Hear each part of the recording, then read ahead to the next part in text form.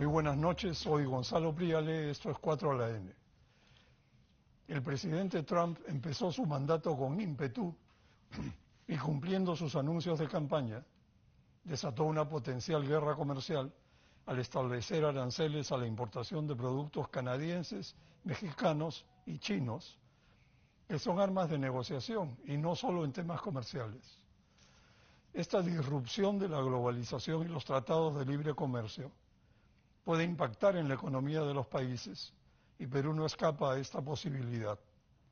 Para analizar las implicancias de esta guerra comercial en ciernes sobre el equilibrio de poderes global y el comercio exterior peruano, esta noche me acompañan Juan Carlos Matius, exministro de Comercio Exterior y Turismo, vicepresidente de Internacionalización de la Corporación USIL, Edgar Vázquez, también exministro de Comercio Exterior y Turismo, y director del Centro de Investigación de Economía y Negocios de ADEX, y Jaime Dupuy, director ejecutivo de COMEX Perú. Es muy grato tenerlos aquí y empecemos. Jaime, el Wall Street Journal señaló recientemente que, a veces, el presidente Trump da la impresión de que Estados Unidos no debería importar ningún producto, ya que puede ser una economía perfectamente cerrada y puede producir todo lo que ese gran país necesita. ¿Tiene sentido buscar la autarquía en el mundo actual? ¿Eso es un anacronismo? Sí, yo creería que sí, ¿no?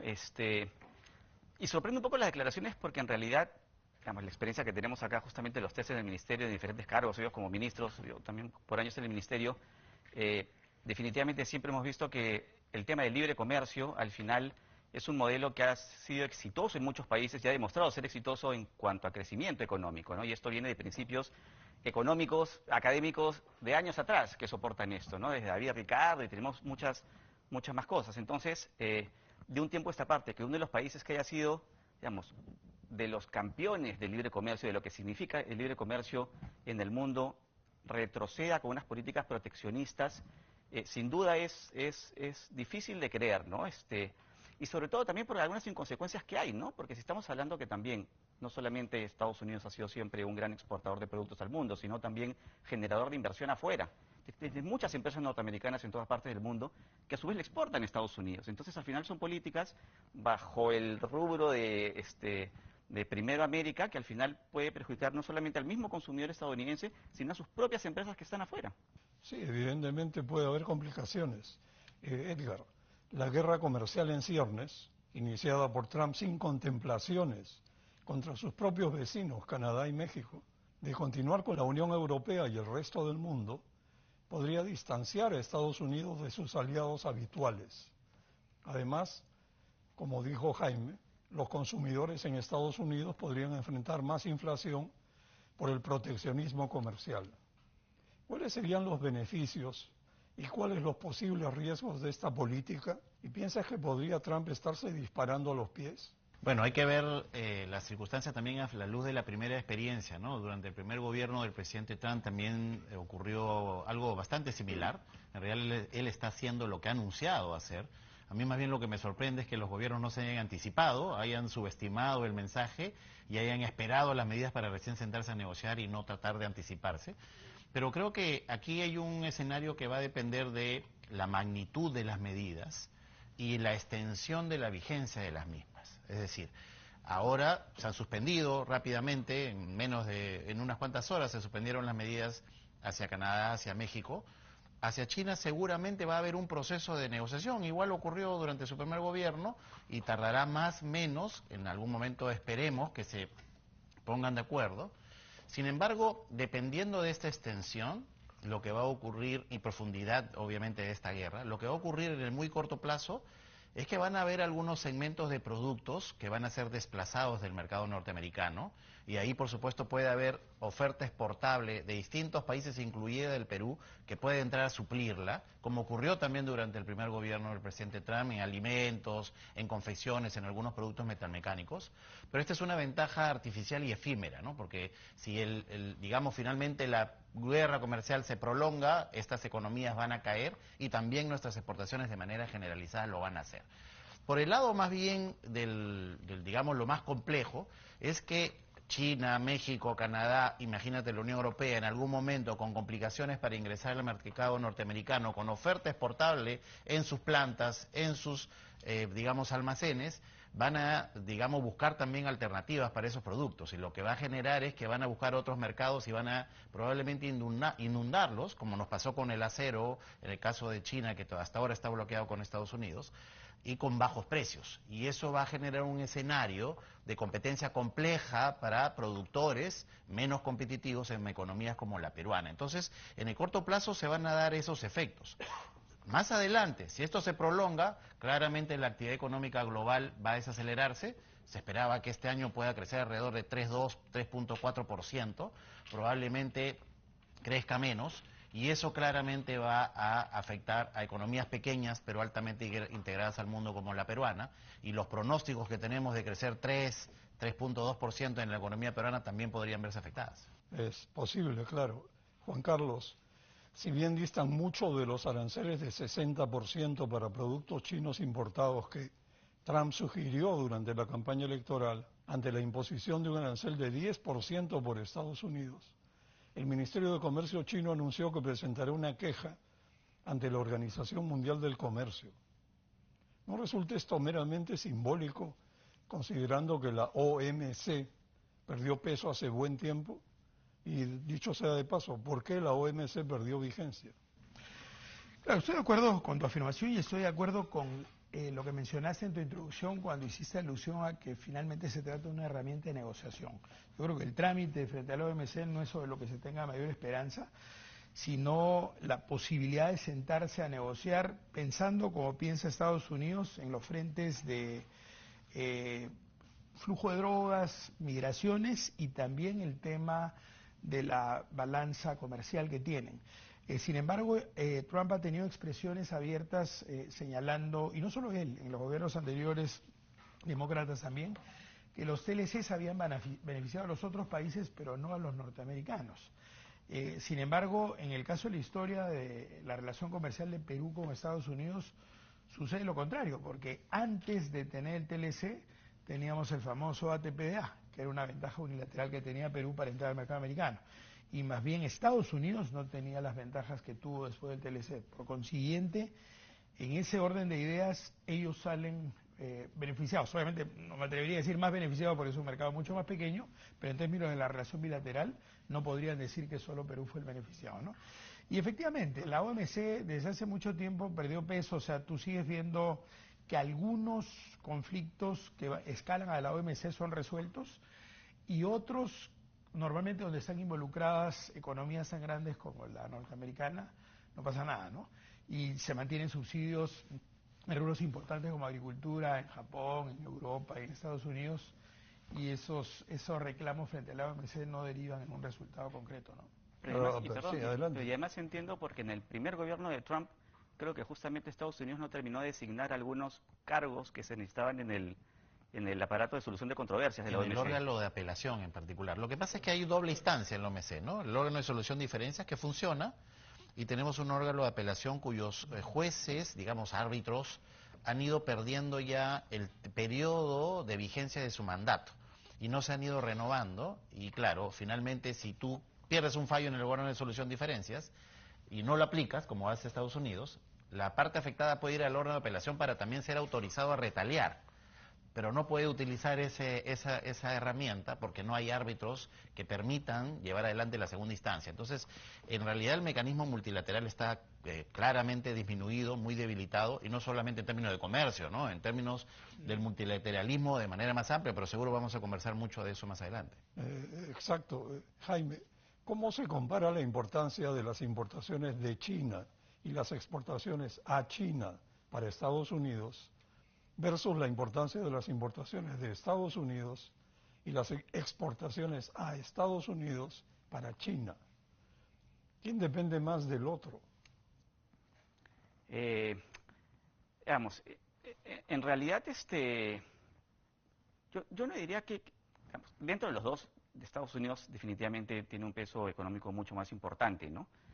Pero sin duda, al final, quienes exportan e importan no son tanto los países, sino también las industrias, ¿no? Y dentro de un dentro de un concepto de economía global, en donde hablas de cadenas globales de valor, muchas empresas en sus procesos de exportación e importación, ya sea a la otra parte o a otros países, incluyen dentro de la cadena niveles de provisión o de suministro también de países que son parte. Entonces, es muy complejo el asunto como para empezar a determinar si efectivamente tienes una exportación de A y B, porque dentro de esta cadena de exportación tienes muchas variables que también tienen alguna implicancia. Entonces, todas estas medidas que al final vienen de años de liberalización comercial, y en el momento se hablaba que existía como un spaghetti bowl, ¿no? Un tazón de espaguetis por la cantidad de acuerdos comerciales que vayan dándose, tanto bilaterales como multilaterales, plurilaterales, generan una interrelación comercial que agarra toda la cadena. Entonces, al final, estas medidas proteccionistas no solamente van a impactar en el comercio entre dos países, sino el efecto que van a tener es global, porque afectan a muchos de los países. Entonces, por ejemplo, cuando estamos hablando de la afectación que puede haber entre Estados Unidos con China, eso al final también le repercute a países como Perú, que de repente le vende cobre a China, necesario para unas exportaciones que de China iban hacia Estados Unidos. Entonces, es complicada la situación, ¿no? Y definitivamente al final el perjudicado siempre termina siendo pues el consumidor o las mismas empresas, ¿no? Claro, y como decíamos en algún evento anterior, cuando pasa algo en el Perú es un problema de los peruanos, cuando pasa algo en China o Estados Unidos, la repercusión es mundial, ¿no? Y tú mides, cuando pasan ese tipo de guerras comerciales, cómo hay una desaceleración del comercio y del crecimiento global, y por lo tanto repercute en menores exportaciones con menor frecuencia de menores precios, ¿no? Ese es el impacto que tendría, por ejemplo, para un Perú, ¿no? A veces, Gonzalo, se quiere ver con los números, digamos, absolutos, secos, fríos, ¿no? Si uno ve con números fríos, claramente el mercado de Estados Unidos es más relevante para China y sus exportaciones que el mercado chino para las exportaciones de Estados Unidos. Pero estamos hablando de miles, cientos de millones, miles de millones de dólares que igual se intercambian entre ambos, ¿no? Entonces, en realidad, los enlabonamientos, como dice Jaime, y las consecuencias más allá de estas economías, como dice Juan Carlos, son brutales si es que finalmente una guerra comercial se profundiza y se extiende en el tiempo, ¿no? Lo que yo agregaría es que, es cierto, los dos países son tan poderosos y grandes que no se podría decir quién depende de quién en términos comerciales, pero lo que sí es evidente es que China a lo largo del tiempo ha acumulado enormes superávits comerciales con Estados Unidos y con el mundo, a diferencia de Estados Unidos. Juan Carlos, las medidas arancelarias de Trump afectan a 450 billones de importaciones de productos chinos, y la respuesta de China inmediata solo afecta a 20 billones de importaciones de productos norteamericanos. ¿Cómo se puede interpretar esta asimetría? Claro, creo que tiene que ver un poco con lo que mencionaba Jaime, en el sentido que es la comparación uno contra uno, pero en realidad tiene una repercusión mucho más abierta, ¿no? Pero de hecho, y vuelvo a subrayar lo que tú mencionaste en la introducción, yo lo interpreto más como una herramienta de negociación para provocar el diálogo. Incluso en la relación con México, la extensión de un mes te permite sentarte a negociar lo que quiere negociar realmente el gobierno americano.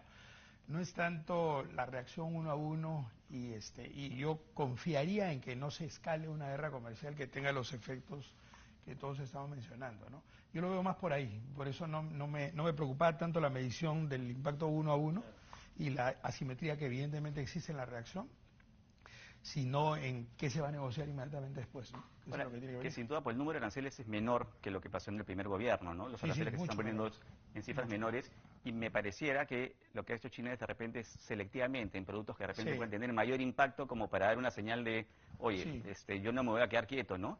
Y adicionalmente hay unas series de investigaciones que tienen que ver con temas de competencia, con empresas norteamericanas, entonces creo que es parte del paquete como para sentémonos a conversar rápido, ¿no? El tema de Google es una amenaza, más que se refiere a una empresa en particular, pero le está diciendo justamente eso, ¿no? Como señal. Dando señales, ¿no? Sí, exacto. También puede ser que Trump está jugando bowling y los chinos están jugando ajedrez. Así que hay un desfase grande, posiblemente. Edgar, Trump justifica estos aranceles contra China, Canadá y México con el flujo de fentanilo desde China a Estados Unidos y el ingreso de millones de ilegales a los Estados Unidos por sus fronteras. Perú no encaja en estas causales. Corremos riesgos distintos. Hay que recordar, el otro día lo mencionaste, el 2012 Costco adquirió una participación en el puerto de Long Beach, California, que vendió el 2019, por preocupaciones de seguridad nacional de Estados Unidos. Además, el 2013, China Merchants Group, importante empresa china, adquirió una participación minoritaria en el puerto de Houston, Texas. ¿Qué podría suceder con la presencia china en la operación del puerto de Chancay? Bien, bueno, a ver, se ha hablado mucho de eso, ¿no? Pero hay que entender lo siguiente. El Perú es una economía abierta a las inversiones de cualquier, digamos, origen del mundo. Y en particular en el sistema portuario peruano, así como tenemos ahora inversiones privadas chinas, ojo, es un puerto privado, no ha sido una concesión de una infraestructura pública, el puerto de Chancay además es un puerto con capitales peruanos chinos, así como hay esos, también hay puertos con capitales peruanos norteamericanos, ¿no? En el norte en Salaverry, en el sur en Matarani, tenemos con capitales peruano-turcos, tenemos con capitales de Emiratos Árabes Unidos, es decir, el Perú está abierto a eso, ¿no? Igual, en el caso de Estados Unidos, la infraestructura portuaria también tiene capitales, no solo norteamericanos, los chinos que has mencionado tú, también de Emiratos, también de otros países del mundo, y esa es, digamos, la naturaleza de una economía, en este caso como la peruana pequeña, que necesita del arribo de inversiones. Es cierto que algunos funcionarios, asesores en estos momentos para América Latina, el expresidente del BID en algún momento mencionó la posibilidad de tener algún tipo de aranceles para los productos que pasen por puertos con capitales chinos en el Perú. Yo creo que eso es algo que fue claramente anunciado sin mayor análisis y mayor reflexión. Sería muy complejo en términos políticos y en términos prácticos aplicar algo como ello, porque como te digo, imagínate también, podría pasar lo mismo por cualquier producto que pase por puertos en territorio norteamericano que tienen capitales extranjeros, que no sean norteamericanos, ¿no? Ahí, Edgar, no sé si lo interpretaste de esa manera, porque lo otro era, cuando yo releí el mensaje de ese asesor, era como un mensaje a China: no me saque la vuelta mandando productos vía Chancay. No tanto de productos que salgan de Perú hacia allá, sino triangulando producción china hacia allá, ¿no? Claro, pero en ese caso, pues, digamos, existen los mecanismos que son muy técnicos, las reglas de origen, ¿no? Es decir, un producto chino, fabricado en China, que pasa por el puerto de Chancay, Claro. no, ese pase por el territorio peruano, o el puerto en particular en territorio peruano, no le da origen. Nuevamente, es un término muy técnico, es decir, cumple con las reglas para que sea producto peruano. No, no cumple ninguna regla, simplemente es un tránsito a través del territorio peruano. Por ende, tendría que ingresar al territorio norteamericano pagando los aranceles que le correspondan. Entonces, una cosa diferente es que venga un insumo chino al Perú, entre por el puerto de Chancay, gane valor agregado, se cumpla con la regla de origen, en este caso bajo el Tratado de Libre Comercio entre Perú y Estados Unidos, y se envíe también por el puerto de Chancay hacia alguna línea que pueda pasar por ahí y llegue al territorio norteamericano. Tendría que llegar a la aduana norteamericana y ser sujeto, si cumple con el certificado y obviamente se hace el trámite correspondiente y dependiendo de la naturaleza del producto tiene todos los trámites hechos, tendría que entrar libre de aranceles. Es decir, digamos, Gonzalo, es muy complejo querer imponer medidas de protección a la luz de la nacionalidad de alguna inversión en infraestructura en algunos de los países, porque nuevamente se podrían también tirar la bala al pie, porque Estados Unidos es probablemente el país que más inversiones tiene de todos los orígenes del mundo, entonces infraestructuras que ellos tienen también tienen esos capitales y podrían ser afectados también. Bueno, vamos a una pausa y continuamos.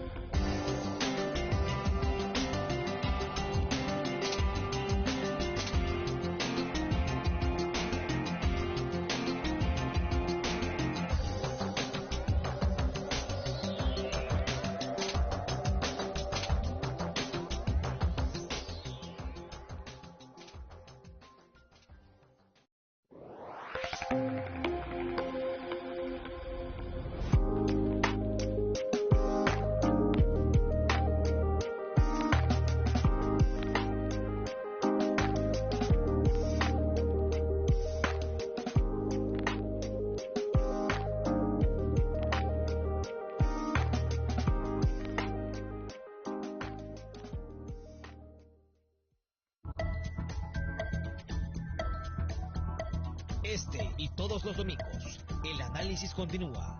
Entrevistas exclusivas por Canal N.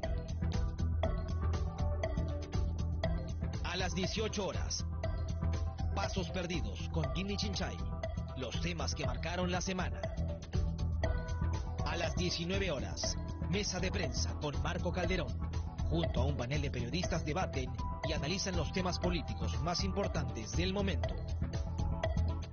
A las 20 horas, primero a las 8, Patricia Ulloque, el noticiero estelar de Canal N, con el resumen de la jornada. Y a las 22 horas, 4 a la N, Gonzalo Prialé y sus invitados abordan los temas de fondo en el país.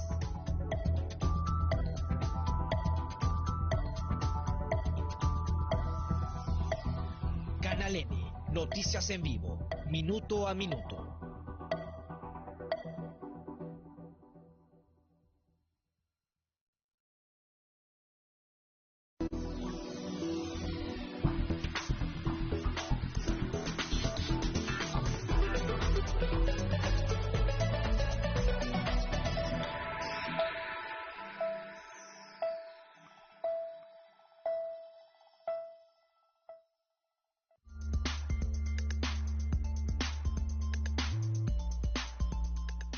Jaime, ¿debemos estar preparados para un pedido de renegociación del TLC con Estados Unidos?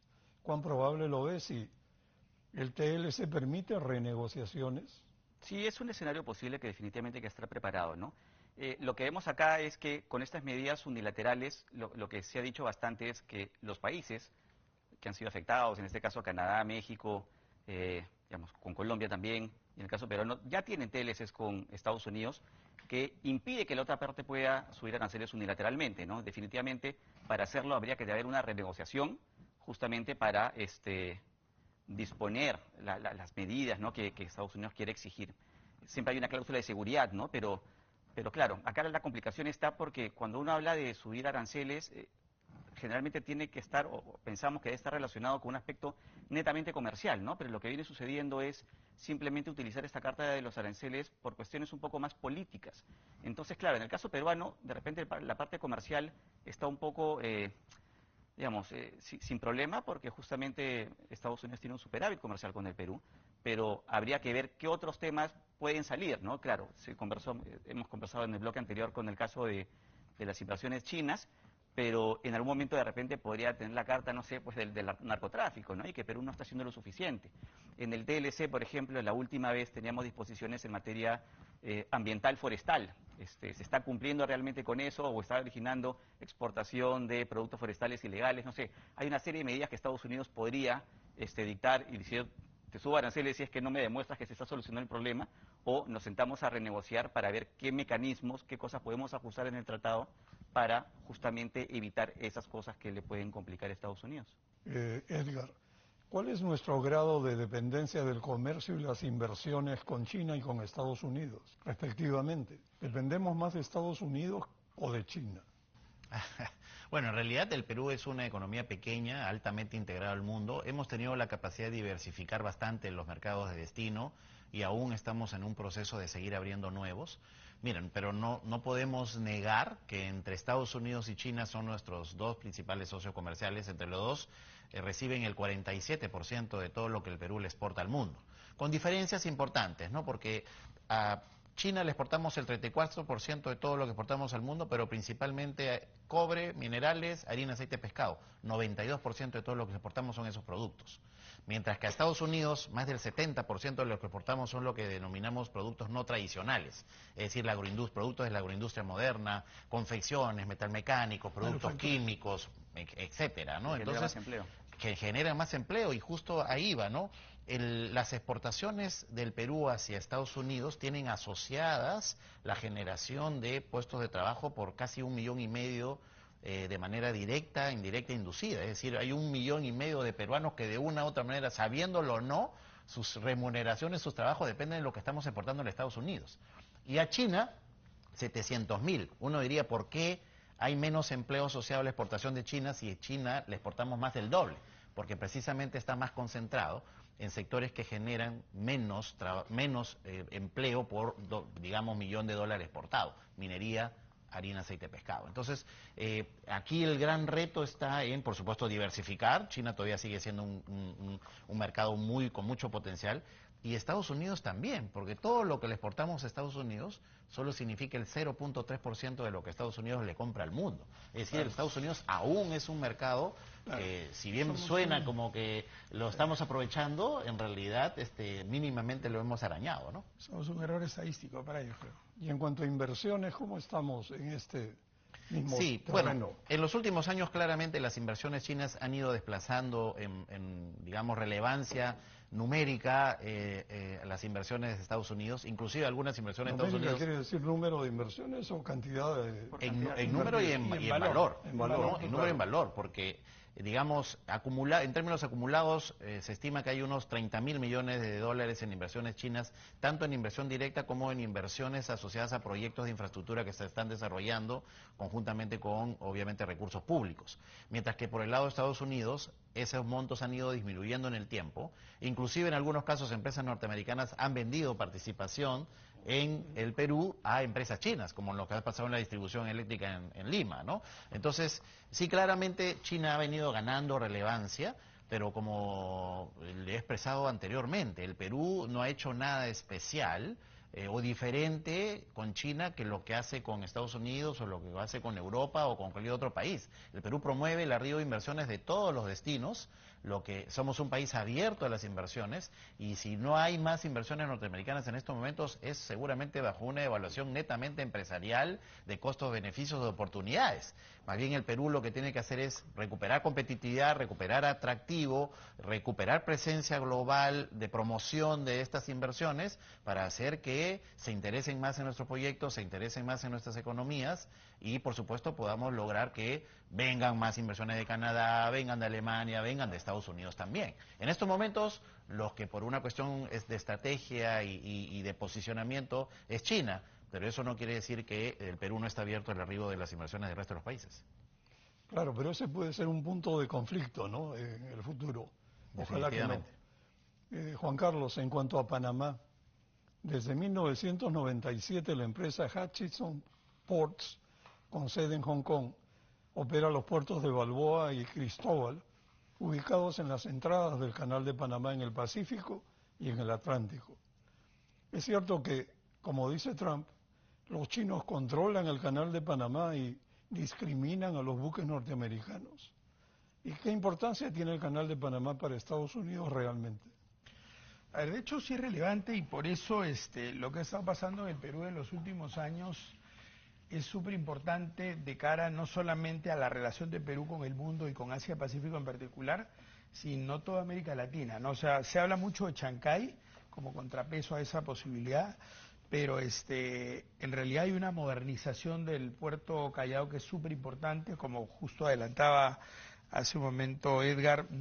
Hay participación de APM Terminal, se ha puesto cerca de 500 millones de dólares en el Muelle Norte, DP World, los Emiratis, 1.000 millones en el caso del Muelle Sur, tiene Chancay y hay este proyecto Corio que todavía está a nivel de proyecto, lo que está convirtiendo realmente es en un hub relevante. Y lo digo eso como contrapeso a lo que pasa en Canadá porque hemos estado cercanos a intenciones de participación en varios negocios de compañías brasileras que usualmente usan el Canal de Panamá y que ahora ven como una esperanza súper atractiva el sacar la carga desde acá, ¿no?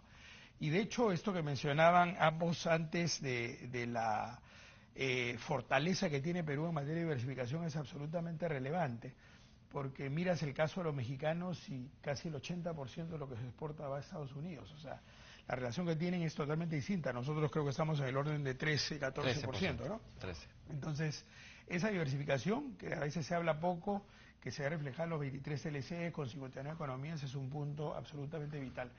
Yo he trabajado mucho en el sector privado, en la actividad de comercio exterior, y por supuesto que no es que se me cierre un mercado y mañana le vendo al otro, eso es un proceso. Pero, y por eso, si lo vemos ya a nivel micro, sí hay empresas que tienen ese nivel de dependencia mayor. Hay empresas que venden el 100% de Estados Unidos. Y esas sí se pueden ver fuertemente afectadas. Pero es distinto que yo le venda 40% de Estados Unidos y el resto de Europa y América Latina. Se me cierra Estados Unidos o se me complica y comienzo a colocar parte en otros mercados. A diferencia, si tengo 100%, mañana no le voy a vender ese 100% a nadie, ¿no? Sí, hay un dato interesante alrededor de eso. 56% de las empresas exportadoras en el Perú venden un solo producto a un solo mercado. Ese sí es el problema. Es decir, tenemos abiertos los mercados por Tratado de Libre Comercio y seguimos abriéndolos. pero ahora las empresas Frente a tienen aprovechar. que introducir en su estrategia la diversificación, no Correcto. solamente del mercado, sino de los productos. No podemos seguir dependiendo como empresas de un solo producto a un solo mercado. Le pasa algo a ese mercado, como lo que puede ocurrir con Estados Unidos, o a ese producto en su cadena de abastecimiento, y desaparece del mercado de exportación. Y Jaime, yo quería agregar a lo mencionado por Juan Carlos, el Perú tiene pues esta fortaleza en el sector portuario. Tenemos la suerte de tener un mar no solo rico en productos, sino también que nos ha permitido desarrollar tantos puertos. Y a la vez tenemos esta diversificación en las exportaciones. Y esto es también producto de los TLCs y del trabajo de años de COMEX. ¿Qué podrías comentar a esto? Sí, bueno, como organización empresarial, yo recuerdo cuando estaba en el ministerio, fue una de las organizaciones que impulsó más el tema de la apertura comercial y que ahora la apertura comercial sea una política de Estado, ¿no? Que trascienda gobiernos y que cada vez tenga mayor aceptación en la población, lo cual es muy positivo, ¿no? Y sin duda, en los años, esta política ha ido siendo enriquecida con algunas obras grandes de infraestructura que justamente acompañan a que se pueda aprovechar más estas políticas de apertura comercial. Y ese es el camino que debemos seguir teniendo, ¿no? Porque justamente al ser un país que es eminentemente dependiente del comercio exterior, como bien decía Edgar, y altamente diversificado, lo que hay que hacer justamente es aprovechar esas oportunidades que se tienen, que pueden crecer mucho más, ¿no? Como decía, hay mercados atendidos que pueden, podría considerarse que son subutilizados o subexplotados, ¿no? Independientemente de los nuevos mercados que están camino a incorporarse dentro de este tejido comercial, ¿no? Como puede ser India, Filipinas, Malasia, Indonesia, en fin, ¿no? Estos países que son llamados en el corto plazo a ser potencias mundiales, ¿no? Claro. Ahora, había un tema adicional con lo Sí. del puerto, que quedó que pendiente la respuesta sobre si es que era cierto que el gobierno chino fijaba las tarifas, ¿no? En el canal. Y lo que vemos es que no, hay una autoridad, o sea, no es el país, hay una autoridad técnica que es la que se encarga de administrar el puerto y es una tarifa, entiendo, con un proceso transparente que se va realizando cada cierto tiempo y es una tarifa que se le aplica a todos los que utilicen la embarcación, ¿no? Entiendo que el razonamiento político de Estados Unidos es, yo cuido el canal y aparte tengo que pagar por él, ¿no? Vamos, otra vez este tema político, ¿no? Que hay detrás. Otra derivada del tema del canal. Hace pocos días Estados Unidos impuso a Panamá que abandone el acuerdo de la iniciativa china de la Franja y la Ruta, argumentando que la influencia y control actual del Partido Comunista Chino, nada menos, sobre 2 puertos en el área del Canal de Panamá es una amenaza a su seguridad y viola el tratado sobre la neutralidad y operación del canal. ¿Cuál es el estatus de la iniciativa de la Franja y la Ruta en el Perú? ¿Seguiremos siendo miembros?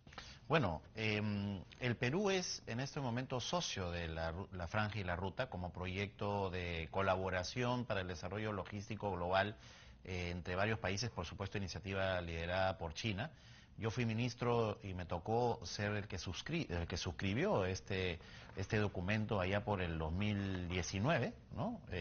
Entiendo que ahora están en un planteamiento de una versión de la Franja y la Ruta 2.0, la Franja y la Ruta Verde, ¿no? Que incorpora, digamos, iniciativas de sostenibilidad en la logística global, pero en realidad hay que entender esto más como un proyecto de cooperación, ¿no? Algunos lo identifican como un proyecto de, digamos, tratar de influenciar de China por el lado de los países. Yo entiendo que eso se ha dado mucho en el África, se ha dado mucho en el sudeste asiático. En el caso peruano, habiendo conocido y siendo parte de la negociación de este documento, puedo decir con mucha transparencia que es un documento que no impone nada más allá que las buenas voluntades de cooperar en el desarrollo de infraestructura logística global y que, por supuesto, en algunos casos lo que nos hace es tener una posibilidad de interactuar más con las autoridades chinas para promover los proyectos de infraestructura que queremos desarrollar en el Perú, así como podemos promoverlos en Estados Unidos, como podemos promoverlos en otros lugares. El Perú tiene una diferencia, ¿no? Constitucionalmente nosotros no discriminamos. Entonces, y es una gran ventaja, es una fortaleza del Perú, ¿no? Entonces no podemos discriminar entre capitales de uno u otro, no podemos darle la ventaja al capital que viene de China frente al capital que viene de Estados Unidos. Otros países no tienen esas fortalezas desde su Carta Magna, en África, en Sudeste Asiático, entonces hay una mayor posibilidad de influencia de economías grandes dentro de estos países que finalmente pueden imponer condiciones en financiamiento, en uso de monedas, en incluso qué tipo de infraestructura es la que se quiere desarrollar. Acá en el Perú eso no es posible y creo que es una de las fortalezas que tenemos que mantener en el tiempo, ¿no? Sí, claro. Jaime, ¿cuál crees que debe ser la posición del Perú en sus relaciones diplomáticas y sus políticas comerciales y de inversiones con Estados Unidos y con China? Sí, yo creo que un poco en la línea que comentaba Edgar y son palabras que el canciller ya ha mencionado, Perú lo que tiene que guardar es este concepto de neutralidad, ¿no? Es decir, no tener ninguna posición de cercanía con algún país en particular, sino mostrarse abierto al mundo, efectivamente, ¿no? Y de repente, claro, podemos pensar que hay una espada de Damocles en el sentido de que en algún momento pudiera haber algún tipo de exigencia en cuanto a salirse también de los convenios que podemos tener con China relacionados con esos temas, ¿no? Pero ahí la respuesta tajante tendrá que ser, oye, efectivamente, así como lo tenemos con China, ese acercamiento lo podemos tener con otro país y lo que tenemos que hacer es fortalecer las relaciones con Estados Unidos, ¿no? Y creo que es una oportunidad positiva en estos momentos, ¿no? Donde hay altas autoridades que tienen muchos nexos con Latinoamérica, desde el secretario de Estado, entiendo que la ex embajadora Lisa Kennan tiene un cargo muy importante en la Secretaría de Estado en Estados Unidos y conoce muy bien el Perú. En fin, hay varias autoridades de alto rango que conocen Latinoamérica, que son cercanos y que creo que es el momento oportuno en donde haya un tipo de acercamiento distinto, ¿no? En su momento, este concepto del nearshoring que quiso implementar Estados Unidos tenía un poco también ese objetivo, ¿no? Esa finalidad de tratar de no depender de estos países, más que todo China y otros países, sino acercarse más a Latinoamérica, ¿no? Y es el momento que lo podamos hacer, ¿no? Que tengamos eso. Pero sobre eso, no sé, Jaime, y discúlpame, Gonzalo, que intervenga, algunos empresarios, algunos gremios incluso planteaban la posibilidad de jugar al muertito, ¿no? Que decían, oye, preferible de repente ahorita no estar bajo los reflectores para que no se toque pues el tema del TLC con Perú. O lo otro, y comparto tu idea, es que más bien tengamos una participación más proactiva, es decir, probablemente sea un momento para un roadshow y presentar cartera de proyectos de inversión si estamos cerca de que se apruebe una ley de zonas económicas especiales y más bien decirle a los norteamericanos, oye, no sé dónde sacó la prensa americana que Perú estaba casado con China, o sea, puede sacarlo a la luz de los números, pero en realidad, como decía Edgar, hemos estado abiertos siempre a todos, ¿no? Entonces, podría ser una de las dos figuras, o muertito o más bien súper proactivos para tratar de capturar inversión americana, ¿no? Desde otro ángulo, Juan Carlos, un poco de perspectiva, si en el mediano plazo escalase esta situación, ¿qué podría suceder con la economía global y los flujos comerciales en un escenario de guerra comercial, proteccionismo y tensiones geopolíticas? Lamentablemente es definitivo que habría un proceso de desaceleración del comercio y por tanto el crecimiento global, ¿no?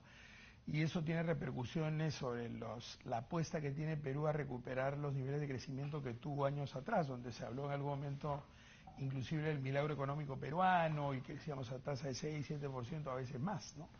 Entonces, si bien Perú creció 3.2% el año pasado y en comparación con América Latina estamos mejor que la media largamente, es claramente insuficiente. Perú necesita crecer más de 4%, este año tampoco lo vamos a lograr. Incluso este 3.2 que hablan al principio ustedes es poco probable que se logre porque hay condiciones que no se van a cumplir. Es decir, se tuvo una temporada de pesca muy alta el año pasado, eso no se va a repetir ahora. En el tema del consumo interno, que es el quinto motor, es inversión pública, inversión privada, exportaciones, turismo y consumo interno. El consumo interno pesa 62% del PIB. Se estimuló por la disposición de recursos de CTS y AFPs. Eso no se va a repetir tampoco. Entonces, yo diría que crecer 3% sería una expectativa buena. Si hay esa desaceleración, podría ser mucho menor, ¿no?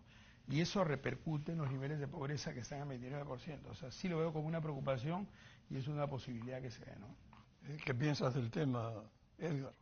Bueno, definitivamente una extensión de una guerra comercial entre economías de la dimensión y la relevancia como Estados Unidos y China tiene efectos mucho más allá de sus propias economías. Claramente va a impactar en el crecimiento económico. Algunos analistas están hablando que el impacto de una guerra prolongada para este 2025 podría estar entre medio punto y 1 punto del crecimiento de la economía global, que se esperaba que esté entre 3.2 y 3.4%. Es decir, en un crecimiento relativamente parecido al que se tuvo en 2024. 2024 en el que el Perú, dado ese crecimiento de la economía global, nuestras exportaciones crecieron más de 15%, es decir, impulsaron nuestro comercio global. Desacelerar, que el mundo se desacelere hasta en 1 punto porcentual, claramente va a gatillar que las expectativas de crecimiento de nuestras exportaciones también se vean afectadas, porque finalmente va a haber un mundo que consume menos, ¿no? Y ahí sí hay una preocupación, porque como te decía, en términos agregados, las exportaciones peruanas tienen asociadas 4.4 millones de empleos directos, indirectos, inducidos. Entonces, hay un escenario en donde con menos empleo se impacta en el consumo, menos consumo privado, obviamente menos actividad económica por el lado del consumo de la exportación y un crecimiento por debajo del 3% o inclusive menos, en el caso de la economía peruana, sería dramático para recuperar los niveles que hemos perdido en pobreza, en empleo y por supuesto para lo que necesitamos de atención a tantas necesidades que tenemos en la economía peruana. Y no es futurología, ¿no? Sí, ya lo hemos visto, ¿no? Porque ya se ha dado, o sea, ya tenemos un ensayo de lo que puede suceder y ya ha sucedido en el primer gobierno. Entonces, definitivamente sucedería así.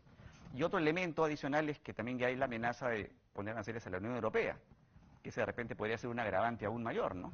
Que vamos a ver cómo se ven las cosas en estos días. Aparte de esto, además, Trump es Trump 2.0. Ha ganado experiencia y tiene nuevas habilidades que lo conducen a tomar posiciones bien súbitamente. Y un escenario de más confianza, ¿no? Porque hay más soporte a nivel gubernamental, está más... Pero hay algo que no ha cambiado Trump. Él en campaña en su primer gobierno anunció lo que iba a hacer y lo hizo. Y en campaña para este segundo gobierno anunció lo que iba a hacer y lo está haciendo. Más bien a mí lo que me sorprende, por ejemplo, en el caso de Colombia o en el caso de México y de Canadá, es que hayan subestimado el mensaje del presidente Trump y no se hayan anticipado. Y eso tiene que ser una llamada de atención a nuestras autoridades también, porque también ha dicho que va a instruir, si es que ya no lo hizo, en alguna orden ejecutiva, a que se revisen los tratados de libre comercio. Quiere decir que tarde o temprano no empezará con Perú, porque como dijo Jaime, nosotros tenemos un superávit comercial con ellos todavía. El año pasado fue de 450 millones de dólares, ha ido bajando, pero todavía es superávit a favor de Estados Unidos. Pero tarde o temprano van a venir y nos van a decir, bueno, queremos ver cómo está funcionando. Y para eso nuestros funcionarios desde ya deberían estar anticipándose a ver cuáles son las cosas que se han modificado en las experiencias previas, básicamente en el USMCA, en el acuerdo con México y con Canadá, y también, ¿por qué no?, contrapuntear y ver también qué queremos nosotros mejorar. Es una oportunidad porque finalmente cuando se abre una negociación no es solo para recibir de ellos, sino también nosotros proponer a ver qué podemos modificar y mejorar en ese acuerdo, ¿no?, en beneficio nuestro. Bueno, vamos a una pausa y volvemos.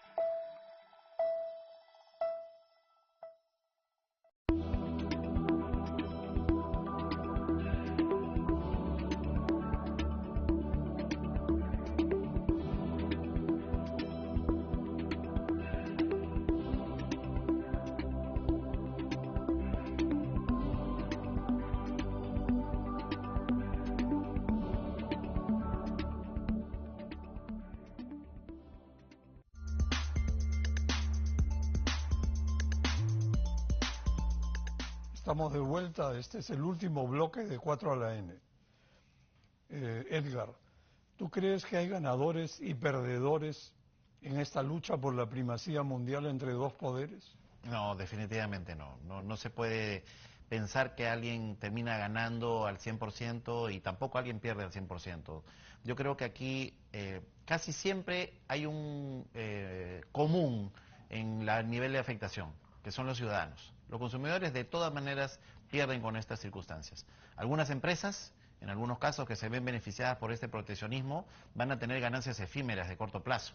Pero finalmente la economía global, en una guerra comercial prolongada, se desacelera y termina afectando los propios ingresos de aquellos que creen estar protegidos. Es decir, yo creo que lo peor que le puede pasar a la economía del mundo es que esta guerra comercial, digamos, se prolongue.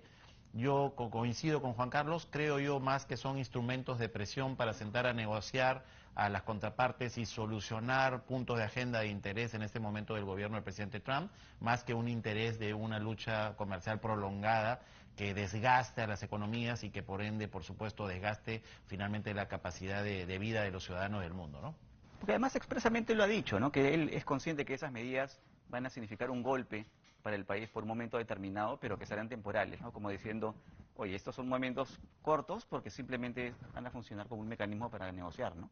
Juan Carlos, en medio de todo esto, ¿dónde queda la globalización? Pareciera que es una contramarcha, que es un poco lo que mencionaba Jaime al principio cuando decía, oye, el paladín de la apertura de mercados y mercados liberales termina promoviendo proteccionismo y pareciera ir en contra de esta corriente de globalización. Pero sí hay cambios que se dan, ¿no? O sea, por ejemplo, el concepto que mencionó Edgar de nearshoring es un concepto que comienza a mirarse de otra manera. Hay muchas corporaciones de distintos rubros de Estados Unidos, por ejemplo, instaladas en China, y desde hace un tiempo se viene evaluando la posibilidad de cambiar esa posición y tener un suministro mucho más cercano. Y deberíamos estar listos para en nuestros países aprovechar esa posibilidad. Y por eso insistí en ese tema de ley de zonas económicas especiales, que según el presidente del Congreso en marzo o abril podría aprobarse, como está planteada ahora. Y si fuera el caso, creo que ahí sí tendríamos que tener una postura súper proactiva para capturar inversión del exterior e industrias que quieran exportar al mundo, ¿no? Lo digo porque en los procesos de negociación de los TLCs, por ejemplo, con la India, no nos miran como plaza, o sea, un mercado de 1.400 millones versus un mercado de 32 millones de bajo poder adquisitivo, no es visto como una plaza, ¿no? Sino un trampolín para llegar a los mercados a los cuales les venden normalmente, y Estados Unidos es uno principal, no tienen un TLC con ellos, ni lo van a tener mucho menos con el señor Trump. Por consiguiente, venir a invertir acá en algunos pocos sectores puede ser más barato, el flete para llegar a Estados Unidos es más bajo y el no pago de aranceles marca toda la diferencia, ¿no? ¿Tú qué piensas Jaime, del tema de la minería? Tanta riqueza que tiene el Perú y no podemos ni siquiera lanzar una ventanilla única decente. ¿Cómo ves esto? No, es un tema de gestión pública que hace mucho tiempo tenemos falencias, ¿no? La minería es un caso muy importante porque al final no solamente es tu principal actividad económica, es tu principal actividad exportadora, es la fuente de ingresos principal justamente para tener los recursos para que como Estado puedas invertir en estos ejes habilitadores que pueden ayudar a tener mejores condiciones de vida, ¿no? O sea, el Estado necesita recaudar recursos justamente para invertir en educación, salud, infraestructura, seguridad. Y esos recursos tienen que venir de las actividades económicas en donde haya real potencial. Y la minería es un factor totalmente ahí, que está ahí, ¿no? Justamente que puede servir para eso. Y no solamente que genera buenos recursos, sino que como es una actividad que de por sí está descentralizada en zonas que son difíciles de llegar, hay un factor de generación de desarrollo en zonas vulnerables importante que se tiene que aprovechar. Entonces ahí el problema está en el Estado en cuanto a gestión, primero de saber actuar diligentemente para que conjuntamente, viendo a la empresa como un aliado, pueda ayudar al desarrollo de esta actividad económica, ayudar a informar a la ciudadanía que efectivamente ese desarrollo va a generar bienestar en esa ciudadanía. Al final, la población debe ser tu principal frente de defensa, ¿no? Del sector, diciendo, esta es mi mina, esta es la mina que me genera que mis hijos puedan ir al colegio, que haya postas médicas, etcétera, ¿no? Claro, uno no necesita de repente pues esta red de acuerdos comerciales para impulsar la minería, porque al final son commodities y eso tienes mercado, así no tengas tratados, ¿no? Pero como eje de desarrollo económico del país es un pilar fundamental y tiene que estar en la prioridad máxima. ¿Cuánto dinero tenemos ahí todavía pendiente en exploración que no lo utilizamos, ¿no?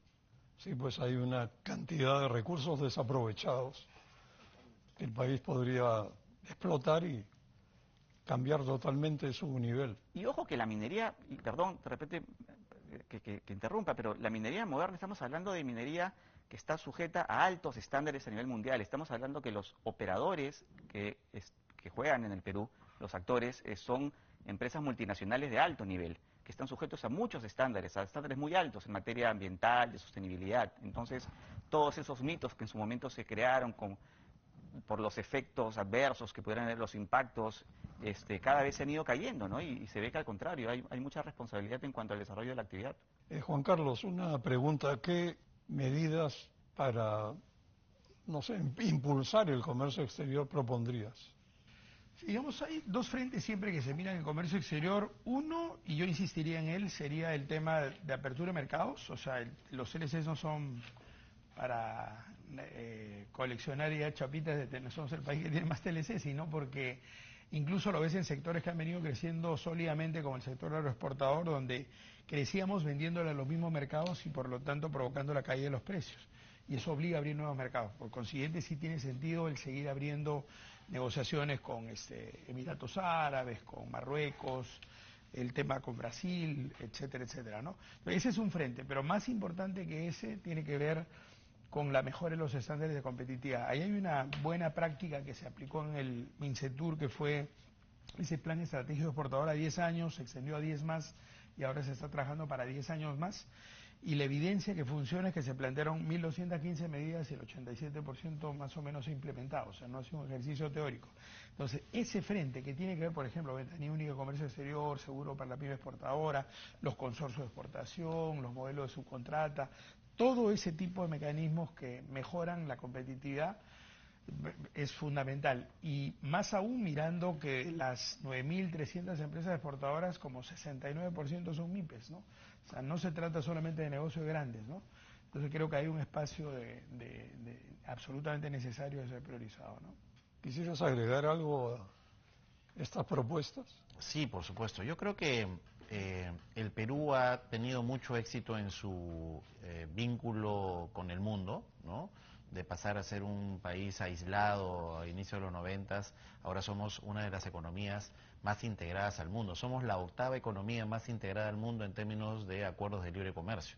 En América Latina solo superada por Chile. Entonces estamos hablando de que el Perú claramente se ha integrado mucho. Pero el asunto ahí está en que todavía aprovechamos muy poco esta apertura, esta integración, ¿no? Como te mencionaba hace un rato, nuestras exportaciones son el 0.3% de todo lo que le compra Estados Unidos al mundo y el 0.9% de todo lo que le compra China al mundo, o el 0.6% de lo que Chile le exporta al mundo, es decir, un socio tan cercano y casi no somos un proveedor relevante para ellos.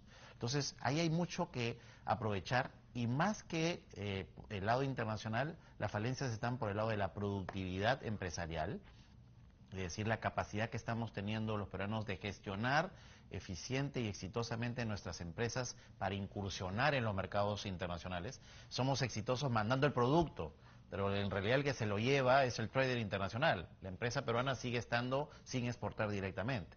No hemos dado el salto de calidad a hacer internacionalización de empresas. Eso es lo primero. No tenemos necesariamente las buenas prácticas de manufactura, de agricultura, estándares.